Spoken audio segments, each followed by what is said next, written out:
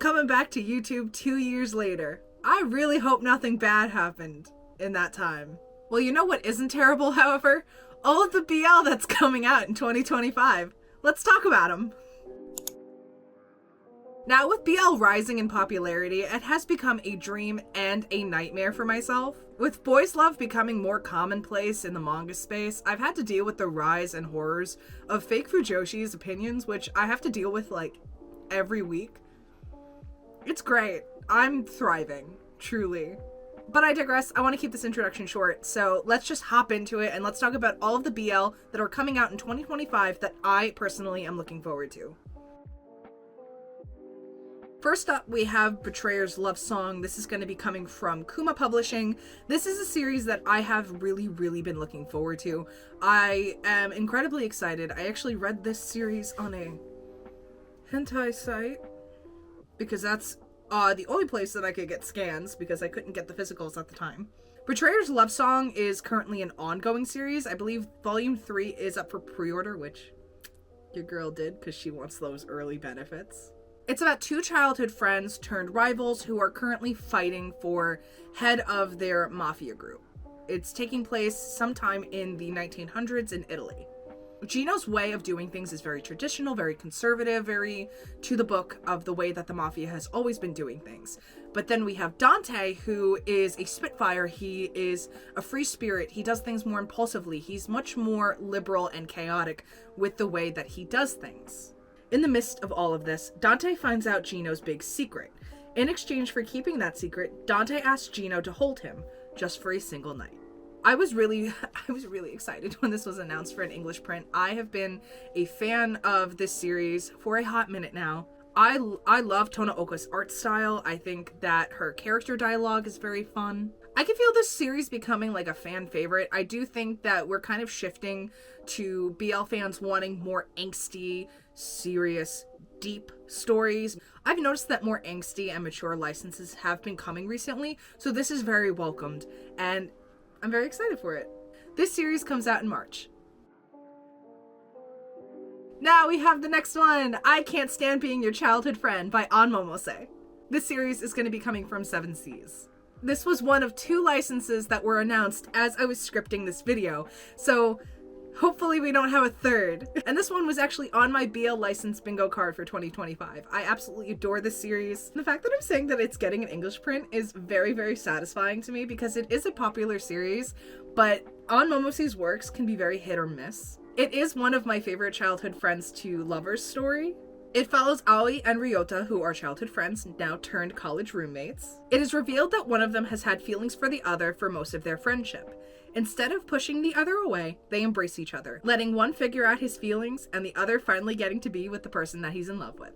It's a very sweet story, and it does feature one of my favorite character designs, which is Fangs, which he does refer to like as a snaggletooth, which I do really love. And the first volume comes out in the fall, and again, this is coming from 7 Seas, and I do hope that you buy it.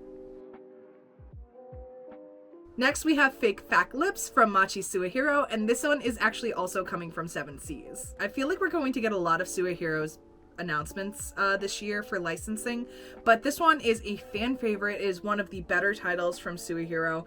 I really enjoy this one. It actually comes in the first volume and then a spin-off 2-volume series, which is very good. This one is an office romance between 2 hot-headed rivals who have been competing since high school. They compete about everything, down to the smallest thing. One night, the 2 are out having drinks, and they begin arguing about who's more experienced in romance. In the moment, their new bet is to see who falls in love with the other first. Surely nothing will go wrong. Now, this one, again, has a sequel series called Fake Fat Lips Break. It's a 2-volume sequel that will be coming out this year. It does have matching covers in Japanese. Unfortunately, it will be releasing as one entire omnibus volume, so the matching covers will not be present. The way that I think this is going to be formatted is that the volume 1 cover will be on the front and the volume 2 cover will be on the back, which I know is not what I would want, but it's better than nothing, I guess. I have plans to purchase volume 1 and 2 of Break in Japanese, so at least I can have those 2 side-by-side covers without, completely breaking the spine. Fake Fat Lips will release in March, with the sequel Break releasing in August. Next we have If It's You, I Might Try Falling in Love. Narukoi was honestly inevitably going to get licensed, but there was something surreal about being in the Anime NYC panel when it was announced and being one of the only people to like scream in excitement because I saw it and I just went, "Ah!" It's also an extremely well-selling BL in Japan. I'm just very happy that I'll be able to read Narukoi in English. The story follows Amane, who has never really thought about affection and romance like his peers. He's transferred to a new school in Enoshima where he meets Ryuji. The two hit it off and quickly become fast friends, much to Amane's surprise. What follows next is a seemingly typical high school romance with a complex main couple and a really enjoyable story.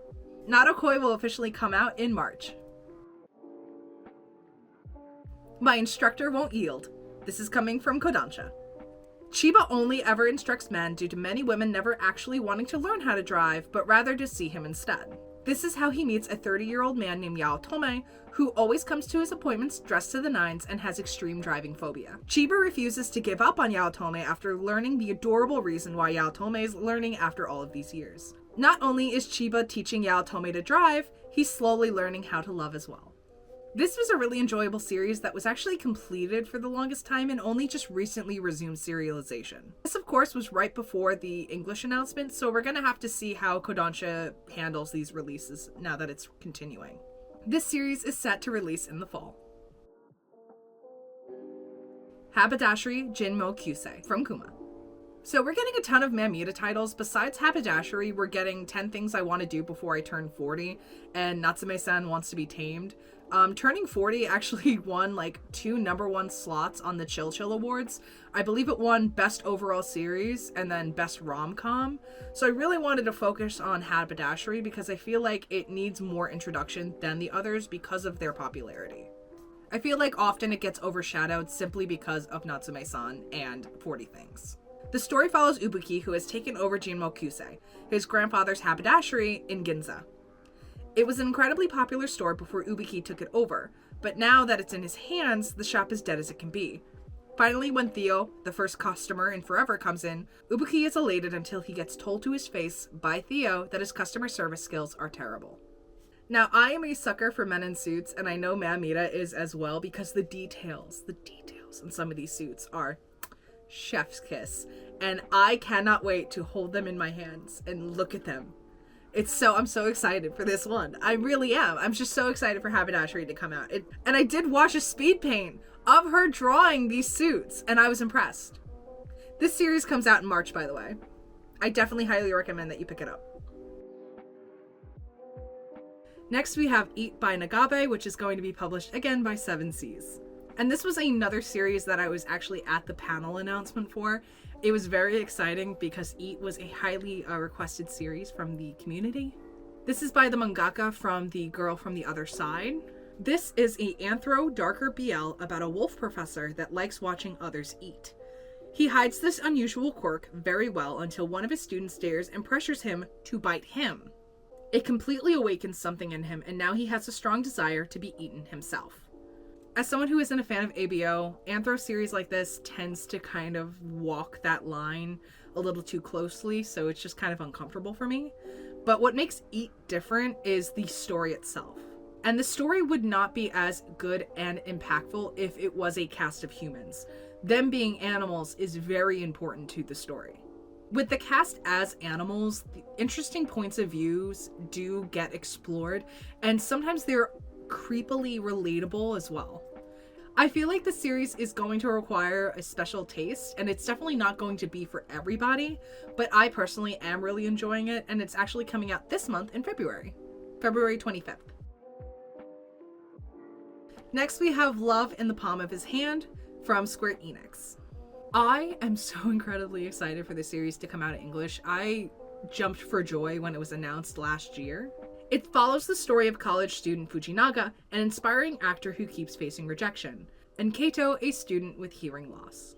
Meeting Keito makes Fujinaga interested in learning sign language, and Keito is impressed and enamored with how expressive Fujinaga is with signing. I think this series is like the perfect balance of sweet and angsty. Seeing how Renteku draws Fujinaga and Keito interacting is so detailed and beautiful. I'm very impressed with how detailed she is with drawing signing. This series releases in May.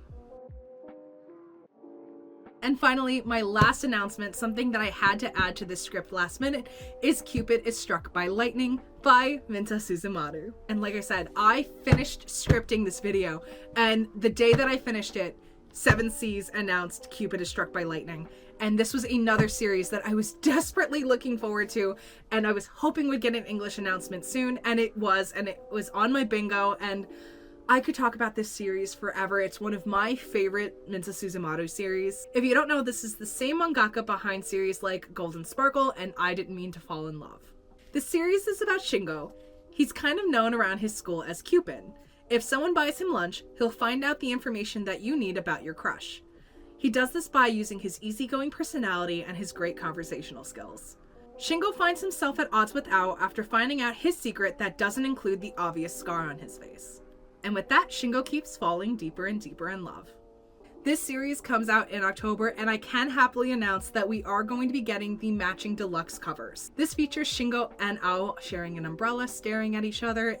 I actually purchased the series twice just so I could have these covers. So unlike Fake Fact Lips Break, we're actually going to be getting the matching covers this time. It really is one of my favorite matching covers that I have seen, and so I am so incredibly excited. Now that's it for the series that I wanted to talk about in detail, so I want to just dedicate some time to all the other titles that I am looking forward to, but I just didn't really want to talk about them too much. So let's go, shall we?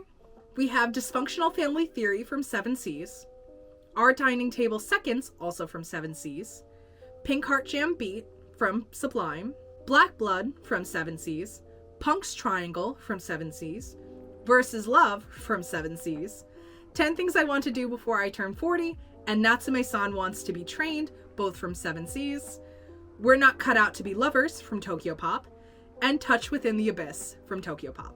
And so many, many more. I did not go over every single series that is going to be released in 25, just the ones that I'm looking forward to. I'm actually going to be leaving a Google Doc in the description, so if you want to pre-order any of the titles that I have mentioned, I will be leaving a link to the Barnes & Noble page, as well as the page for the series themselves on the publisher's page.